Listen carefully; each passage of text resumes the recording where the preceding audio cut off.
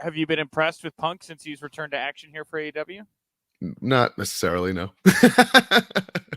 Why? And I'm just asking for your honest opinion because it's like, oh yeah, I mean, I'm just being honest. No, yeah, no.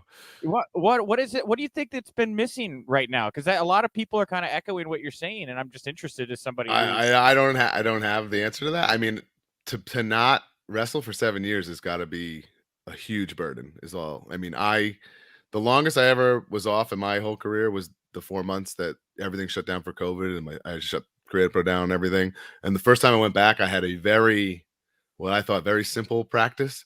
I woke up the next day thinking I was Mick Foley and I was thrown off the cell. Like I thought my career was over. That's how like much of a toll it took on my body. And Punk is older than I am, so it cannot be easy what he's trying to do. But I'm sure it's just going to take time and reps, and the calcifying of his body and his lungs and all of the stupid things that pro wrestlers do. Wow. Okay. Well, and with Kris Statlander too, the other, we mentioned her earlier. She's in a position right now. She could be the TBS champion over at AEW. How has it been for you seeing her kind of step up into this position in the company? I always say Kris is my favorite student of all time. She's just like a sweetheart and a wonderful human being, and literally worked so damn hard to pick up wrestling. Like she wasn't a fan per se, but she fell in love with it and saw what was going on, and she literally just worked so hard and was there day in and night. I mean, like there was a lot of our female girls have quit, and she never quit and would just be in there with the guys, like, banging it out, taking the bumps and bruises. And she's just such an impressive athlete too. Like, holy shit. And she only gets better. So I'm very excited for her success. And like, I don't even think she scratched the surface yet, Yeah, and what do you think about the state of women's wrestling in general right now? I mean, there's a lot of bright stars like Kris right now, but like the women's revolution's 3-4 years old at this point. Yeah, but they've made their mark and they've made their point. It's come so far from when I started, what it was, bikini contests and nonsense,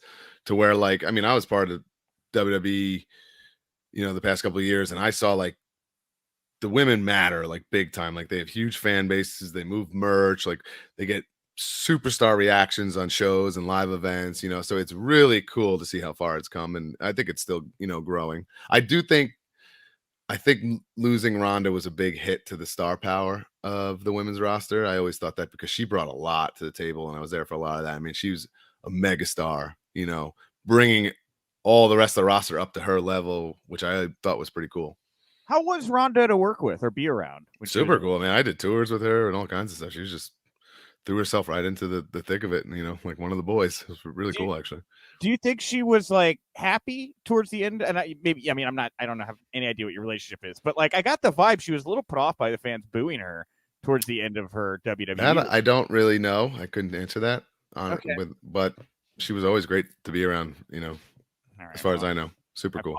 Followed myself down a rabbit hole. Hey, so back to the ECW tones. Your buddy Matt went out and became the Deathmatch King in 2021. What was your reaction to Matt's decision to do this, and what transpired during and after the match?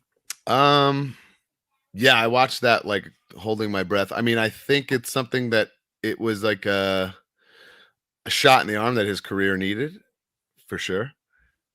So I think ultimately it was a great decision. I mean, he paid the price of it, and that being his body.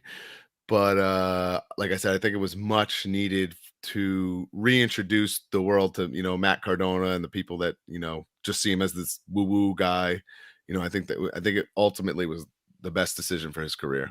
What about you? Do you have any interest in going and falling through panes of glass and onto thumbtacks and things of that nature? No, I'm an adult and I have children, and I can't be doing stuff like that. But like I said, Matt needed it, and Matt kind of like, I mean, he had the like forgettable AEW weekly run or whatever that was, and then he kind of just sat home and I tried to explain to him he had never not been in the WWE really, and it's hard to navigate those waters at first, especially if you don't know, so I think he was hesitant to dip his toe in that water, and then obviously he mentioned just jumped right the fuck in, but he got it. But it took a little while, now he's thriving, so it's awesome. Do you feel like you were kind of helping him a bit as he made that transition, since you're like, no, I've been here, I've done this before? Dude, I tried. I've known Matt since 18. He doesn't listen to nobody but himself. So It doesn't matter. Yeah, and do you have interest in going and maybe not falling through glass, but joining Matt over at GCW land? I know that. No, I can't. I can never work for GCW. I'm an adult. Okay, fair Yeah. enough. All right. Well, that's it. Okay. Well, would you have felt that way about ECW if you were 36 at the same time, or did you look at it differently? I mean, ECW can do no wrong in my mind because I have such sentimental, fanboy memories of it. So, of course not.